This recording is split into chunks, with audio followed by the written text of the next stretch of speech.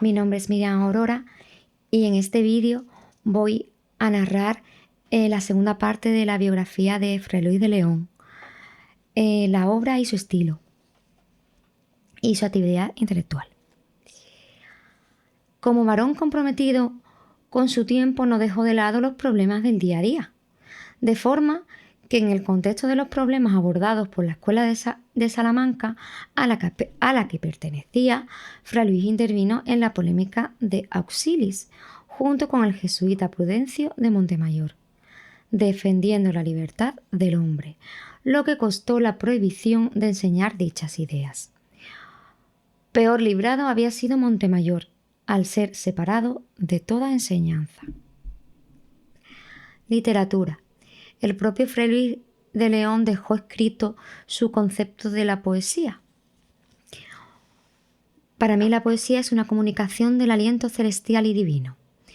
En su de los nombres de Cristo, en el libro 1, Monte, para que el estilo del decir se asemeje al sentir y a las palabras y las cosas fuesen conformes. Porque Cristo es solo digno sujeto de la poesía, una comunicación del aliento celestial y divino. En su de los nombres de Cristo, libro 1, Monte, para que el estilo del decir se asemeje al sentir y las palabras y las cosas fuesen conformes. Porque Cristo es solo digno sujeto de la poesía, y los que la sacan de él y forzándola la emplean, o por mejor decir, la pierden en argumentos de livianidad, habían de ser castigados como públicos corrompedores de dos cosas santísimas, de la poesía y de las costumbres. La poesía corrompe, porque sin duda la inspiró Dios en los ánimos de los hombres para, con el movimiento y el espíritu de ella, levantarlos al cielo, de donde ella procede, porque poesía no es sino una comunicación de aliento celestial y divino, y así en los profetas casi todos, así los que fueron movidos verdaderamente por Dios, como los que, incitados por otras causas sobrehumanas,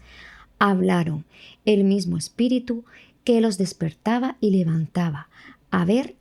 lo que los otros hombres no veían, les ordenaba y componía, y como metrificaba en la boca las palabras con número y consonancia de vida, para que hablasen por más subida manera que las otras gentes hablaban, y para que el estilo del decir se asemeje al sentir, y las palabras y las cosas fuesen conformes. Sus temas preferidos y personales, si dejamos a un lado los morales y patrióticos, que también cultivó ocasionalmente, son en el largo número de odas que llevó a escribir, el deseo de la soledad y del retiro de la naturaleza,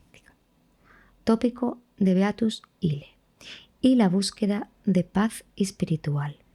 y de conocimiento, lo que él llamó la verdad pura sin velo, pues era hombre inquieto y apasionado, vehemente, aquejado por todo tipo de arrebatos atormentados, y deseaba la soledad, la tranquilidad, paz y el sosiego antes que toda cosa.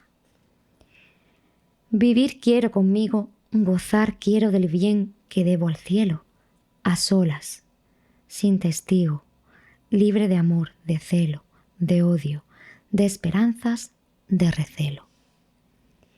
Este tema se reitera en toda su lírica, la búsqueda de la serenidad,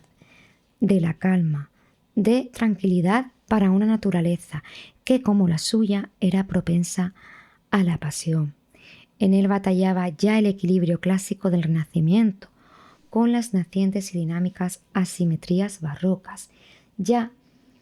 constituyendo, de hecho, un ejemplo vivo del manierismo poético, y en ese consuelo y serenidad lo halla en los cielos o en la naturaleza. Como poeta desarrolló la lira como estrofa que había introducido Garcilaso de la Vega, compuesta de heptasílabos y endecasílabos, pero prefería exclusivamente el endecasílabo para las traducciones de poetas latinos y griegos, que por lo general realizaba en tercetos, encadenados o en octavas reales. El estilo. Escribir, piensa Fray Luis, es actividad difícil, porque pongo en las palabras concierto y las escojo y les doy su lugar, porque el bien hablar no es común, sino negocio de particular juicio,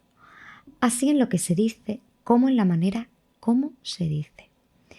Se usarán palabras comunes pero selectas y adecuadas,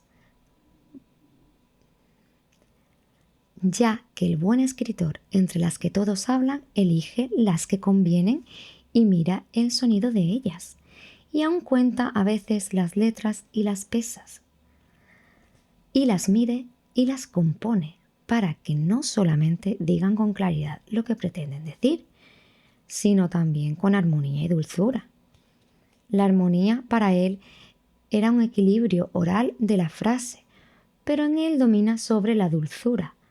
ya que no se le advierten las melosidades de, por ejemplo, la contemporánea prosa bucólica de la novela pastoril.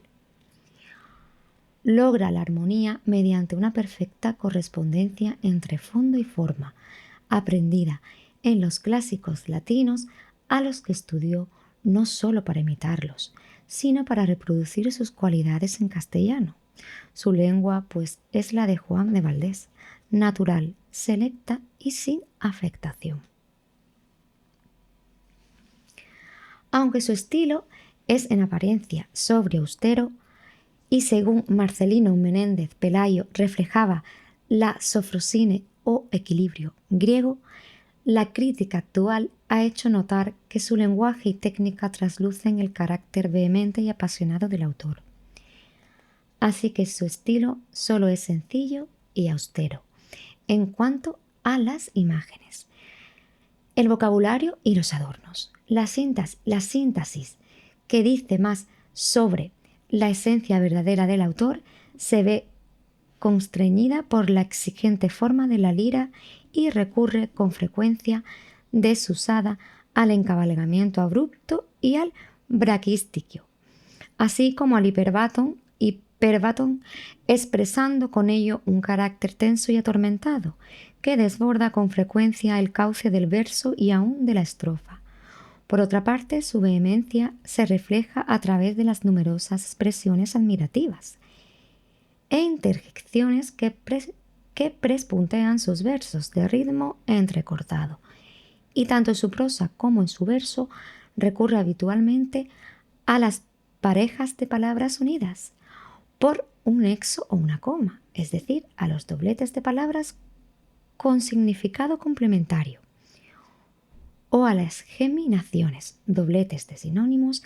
que reposan con su equilibrio esa pasión que se esfuerza en contener tanto en su verso como en su prosa. Su afán comunicativo se expresa en una particular preferencia por la segunda persona, por lo que sus textos suelen tener un carácter discursivo y de comentario moral que exhorta de alguna manera al receptor. Este tono discursivo, de alguna forma oratorio, da pie a frecuentes enumeraciones,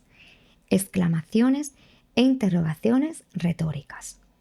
Y abundan también los pasajes descriptivos con el que el autor hace vivir al interlocutor en tiempo presente lo que evoca. De ahí su frecuente uso del presente histórico. Las odas son cortas, solamente 2 pasan de los 100 versos, la número 20 y la 21.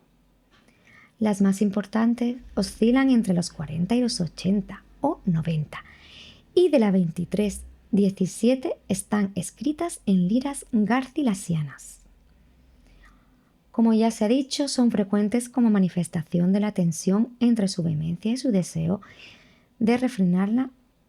los encabalgamientos numerosísimos y a veces violentamente abruptos, por lo que caracteriza el estilo de Fray Luis de León, una tensión particular propia del manierismo, en suma paralela a la que se expresa en el severo y contemporáneo estilo arquitectónico herreriano.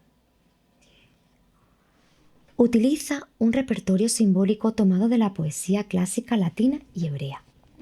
que sintetiza tres tradiciones culturales distintas: la greco-latina clásica, la lírica, en especial las odas de su admiradísimo Horacio y las églogas de Virgilio, y el neoplatonismo filosófico, y la literatura bíblica, Salmos, libro de Job, Cantar de los Cantares, y por último la poesía tanto italianizante como castiza del primer Renacimiento español. Empezó a escribir en 1572 en prosa de Los Nombres de Cristo, obra en 3 libros que no terminaban hasta 1585. En ella muestra la elaboración última y definitiva de los temas e ideas que esbozó en sus poesías, en forma de diálogo ciceroniano, donde se comentan las diversas interpretaciones de los nombres que se dan a Cristo en la Biblia: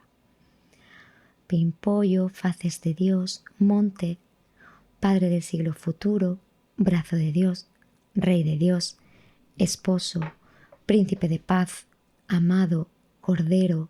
Hijo de Dios, Camino, Pastor, Jesús.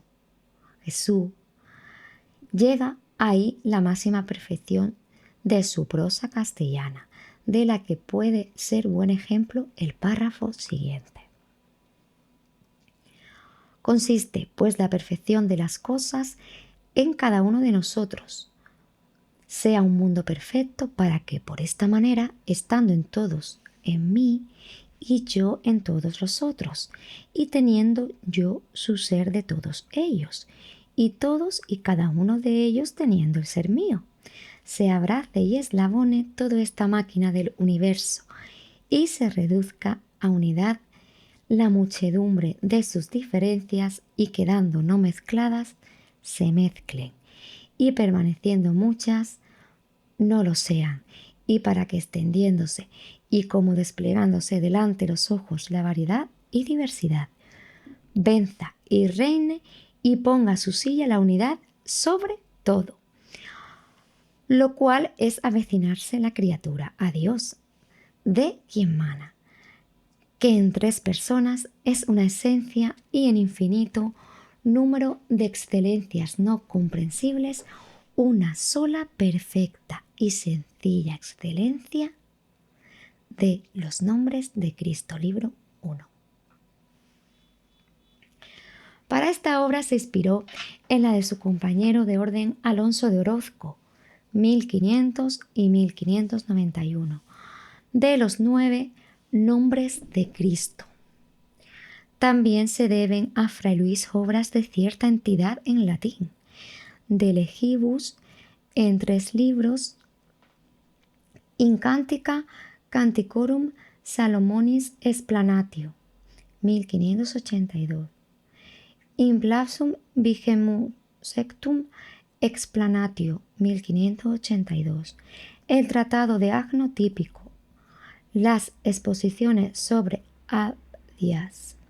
y Ad Gálatas, las constituciones para los recolectos de San Agustín y algunas obras morales en castellano sobre educación, como La Perfecta Casada, dirigida a su prima María Varela Osorio. Describe lo que para él es una esposa ejemplar. Para él, establece los deberes y atributos de la mujer casada en las relaciones de su familia,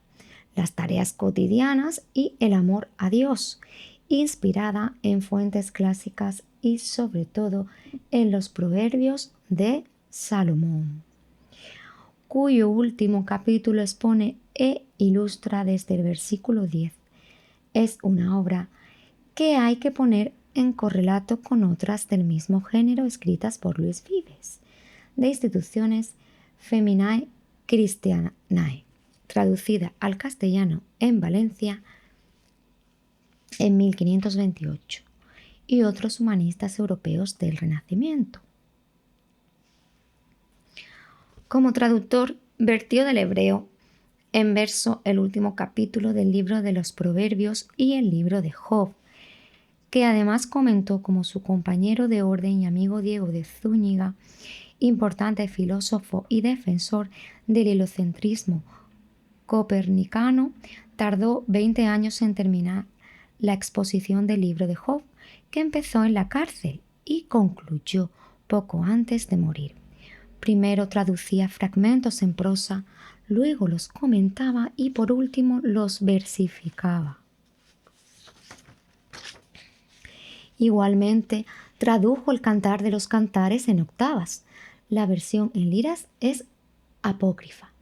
para la monja Isabel Osorio, y algunos salmos, en concreto 21, incluyendo las dos versiones del Salmo 102. Para estas versiones de una poesía construida por medio del paralelismo semántico, adoptó a veces una conveniente estrofa, la lira de 4 versos, A11, B7, 11, A11 y B7, 11, que la métrica conoce como estrofa alirada. Del latín pasó al castellano las bucólicas y los 2 primeros libros de las geórgicas de Virgilio, así como 23 versiones seguras de las odas de Horacio y 7 que le atribuye el padre Merino. Destaca también la versión del Rura Tenent de Alvio Tibulo y algunos fragmentos de poetas griegos, parte de la Andrómaca del trágico Eurípides y de la Olímpica 1 de Píndaro. De los italianos hay poemas de Pietro Bembo y Petrarca.